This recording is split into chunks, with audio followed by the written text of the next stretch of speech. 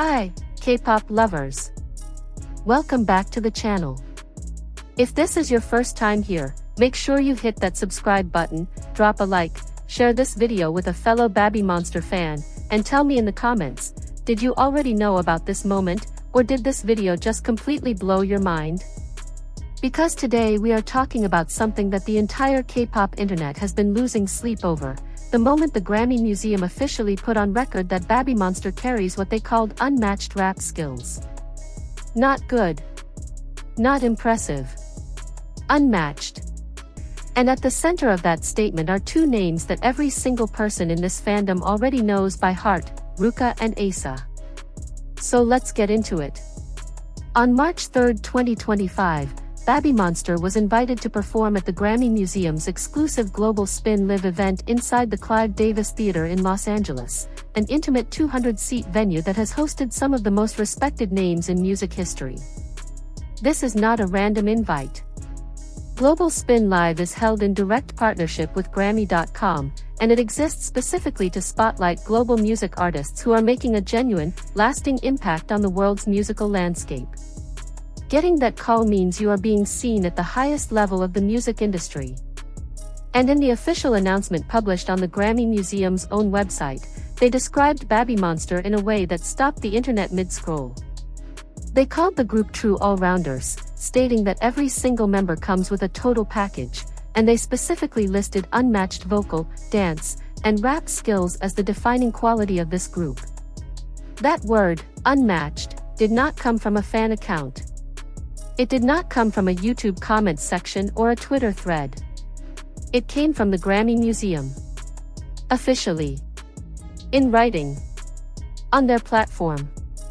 And montiez, when you understand who Ruka and Asa are and everything they have been through to stand in that theater, that single word hits on a completely different level than you might expect. Stay with me until the end of this video, because I am going to walk you through exactly why this Grammy recognition is not just a headline moment, it is the inevitable result of years of work, sacrifice, and a level of dedication that most people on the outside never get to see. And by the time we reach the end, you will understand why the internet reacted the way it did. Let's talk about Ruka first. Born Kawaii Ruka on March 20, 2002, in Yamaguchi Prefecture, Japan, Ruka has been living and breathing hip-hop since she was 6 years old. She spent 6 full years as a YG trainee before babymonster's debut, one of the longest training periods in the entire group, and she did not spend those 6 years just running through choreography. She was building an identity. YG's own producer Big Tone captured it perfectly during babymonster's pre-debut introduction series when he said that Ruka just seems like a rapper even when she is not doing anything. Let that sink in for a moment. A veteran YG producer, someone who has spent years working alongside some of the sharpest rappers in Korean music, looked at this girl and said the energy is simply there, naturally, without her even trying. That kind of presence is rare. Former YG CEO Yang Hyun-suk added his own praise, saying Ruka was such a strong dancer that he never once felt the need to critique her. Not one note. That kind of raw natural talent, combined with 6 years of disciplined refinement inside one of the most hip-hop-oriented labels in the world, is precisely how you build an artist who walks into a Grammy Museum theater and commands the room before she opens her mouth. What makes Ruka even more remarkable is the specific challenge she took on. She raps in Korean, not her native Japanese.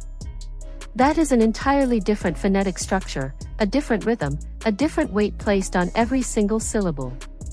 She approached it with the same obsessive perfectionism she brought to every other aspect of her craft, working relentlessly until her pronunciation became a strength rather than a hurdle. The result is a rapper whose delivery carries an effortless coolness that cannot be manufactured. A swag that feels almost gravity-defying. The hip-hop aura that Big Tone described so precisely is not a product of styling or image management, it is simply who she is, and it has been since she was a child dancing alone to hip-hop music in Yamaguchi. Now let us talk about Asa, and honestly this part of the story is the one that gets me every time.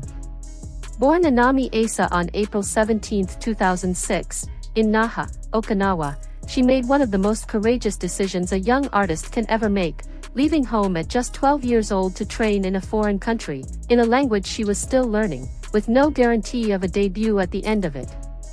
Yang Hyun-suk acknowledged this directly, saying that the fact she could go through that experience at 12 or 13 meant she carried a dream and a goal so clear and so fixed that he found it genuinely extraordinary. 6 years of training later, Asa had developed a rap identity that is completely distinct from Ruka's. Where Ruka is effortless cool, Asa is precision and controlled fire. Her tongue-twist delivery, the kind of speed that makes you hit rewind 2 or 3 times just to catch every single word, became one of the most discussed skills in the entire fourth-generation K-pop landscape. Big Tone called her a perfectionist who takes what she is taught and comes back with something even better, upgraded on her own terms. She was co-writing songs and presenting self-composed tracks during monthly evaluations before she ever stood on a debut stage. That is not a trainee doing the minimum to get by, that is an artist in full creative development, years before the public ever heard her name. And when you put Ruka and Asa together, the result is something that the K-pop industry was genuinely not prepared for. The fandom calls them Ruka Asa, and that name carries real emotional weight, because this bond was not manufactured for content. When Asa arrived in Korea at 12 years old, far from home and still adjusting to everything, it was Ruka who stayed by her side. Ruka who gave her the support she needed to find her footing in a completely unfamiliar environment. That friendship carried through 6 years of shared training, through the intense pressure of babymonster's pre-debut Last Evaluation Survival series, and all the way onto the global stage. The chemistry between them is not performed, it is built from genuine history.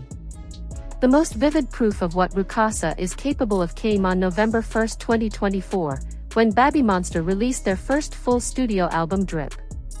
Inside that album was a unit track that belonged entirely to the two of them.